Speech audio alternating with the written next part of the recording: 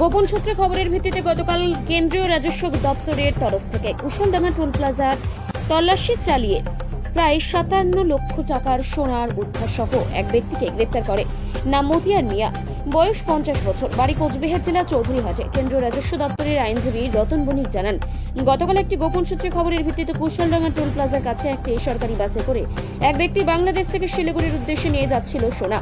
সেই ব্যক্তিকে ওখানে নামিয়ে জিজ্ঞাসাবাদ করলে তিনি স্বীকার করে নেন তার শরীরে অন্তর্বাসে লুকানো আছে 6 পিস বিদেশি সোনার বিস্কুট। তখন তাকে শিলিগুড়ি কেন্দ্রীয় রাজস্ব দপ্তরে আনা হলে তার শরীরে তল্লাশি চালিয়ে উদ্ধার করা হয় ওই 6 পিস সোনার বিস্কুট, যার বাজার মূল্য প্রায় 57 লক্ষ টাকা। ধৃতের করে রবিবার শিলিগুড়ি আদালতে তোলা হয়। বিচার সত্য সাপেক্ষে তার জামিন মঞ্জুর করেন।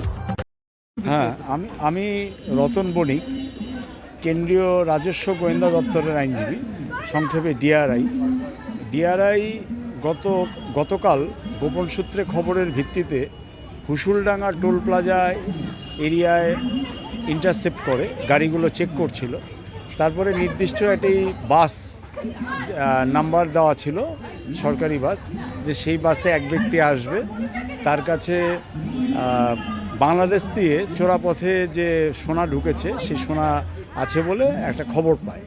সেই ভিত্তিতে তারা ওখানে অপেক্ষা করছিল এবং গতকাল দুপুরের দিকে বাসটা যখন কুশলডাঙ্গা টোল প্লাজা ক্রস করতে যায় তখন বাসটাকে থামানো হয় এবং সেখানে মতিয়ার মিয়া হলো চৌধুরীহাট, কুচবিহার জেলার বাসিন্দা। মতিয়ার মিয়ার বয়স হচ্ছে 50 বছর। মতিয়ার মিয়াকে নামানো হয় এবং তাকে জিজ্ঞাসাবাদ করা হয়। প্রথমে সে ডিনাই করে, তারপরে সে আলটিমেটলি স্বীকার করে যে আমার শরীরে অন্তর্বাসে রাখা আছে গোল্ড বিস্কিট। তারপরে যেহেতু ওই জায়গায় একটু ভিড় হয়ে যাচ্ছিল এবং জায়গাটা নট কন্ডুসিভ, প্লেসটা ঠিক ছিল না, সেফটি সিকিউরিটির ব্যাপার আছে, সেজন্য ওকে নিয়ে আসা হয়, ওর রিকোয়েস্টে নিয়ে আসা হয় ডিআরআই শিলিগুড়ি অফিসে। এবং ডিআরআই শিলিগুড়ি অফিসে এনে যখন থরো সার্চ করা হয় তখন তার অন্তর্বাসে স্পেশালি বানানো পকেট, সেই পকেটের ভেতর থেকে 6 পিস গোল্ড বিস্কিট এবং এক একটা বিস্কিটের ওজন 116 গ্রাম করে। এবং সেই বিস্কিটগুলোর মধ্যে প্রত্যেকটাতেই ফরেন মার্কিং আছে, বিদেশি সোনা। তারপরে সে স্বীকার করে যে বাংলাদেশ থেকে সোনাটা ঢুকেছে, এক ব্যক্তি তাকে দিয়েছে এটা নিয়ে শিলিগুড়ি আসার জন্য এবং শিলিগুড়িতে এসে সাপ্লাই হবে এবং এখান থেকে অন্য জায়গায় সাপ্লাই হবে। সেই ব্যক্তির নাম ঠিকানা প্রকাশ করে। তারপরে তাকে রিজনেবল বিলিফ, কাস্টমসের অফিসারের রিজনেবল বিলিফ হওয়ার পরে তারপরে তাকে অ্যারেস্ট করা হয় এবং আজকে শিলিগুড়ি ভারপ্রাপ্ত এসিজিএমের আদালতে হাজির করা হয়েছিল। ভারপ্রাপ্ত এসিজিএম যেহেতু কাস্টমস আইনে অ্যামেন্ডমেন্টের পরে হয়েছে 1 কোটি টাকার নিচে যদি কোনো কন্ট্রাব্যান্ড আইটেমের যদি ভ্যালু হয় তাহলে তাকে বেল দিতে পারে উইথ সাম কন্ডিশন। সেজন্য কোর্ট আজকে তাকে 1 লক্ষ টাকার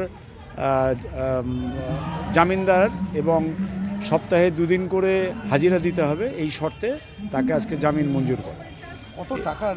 এবং এটার ভ্যালু হচ্ছে, যে ধরা পড়েছে যেটা গোল্ড, সেই সোনার মূল্য হচ্ছে 56,09,760 টাকা। আর সোনাটার পরিমাণ হলো আপনার 696 গ্রাম। 6 পিস সোনা, 6 পিস গোল্ড বিস্কিট। বিস্কিটগুলোর ওজন হচ্ছে 696 গ্রাম এবং এটা দেখবেন আমাদের এখানে প্রত্যেকটারই ওজন হচ্ছে 116 গ্রাম করে।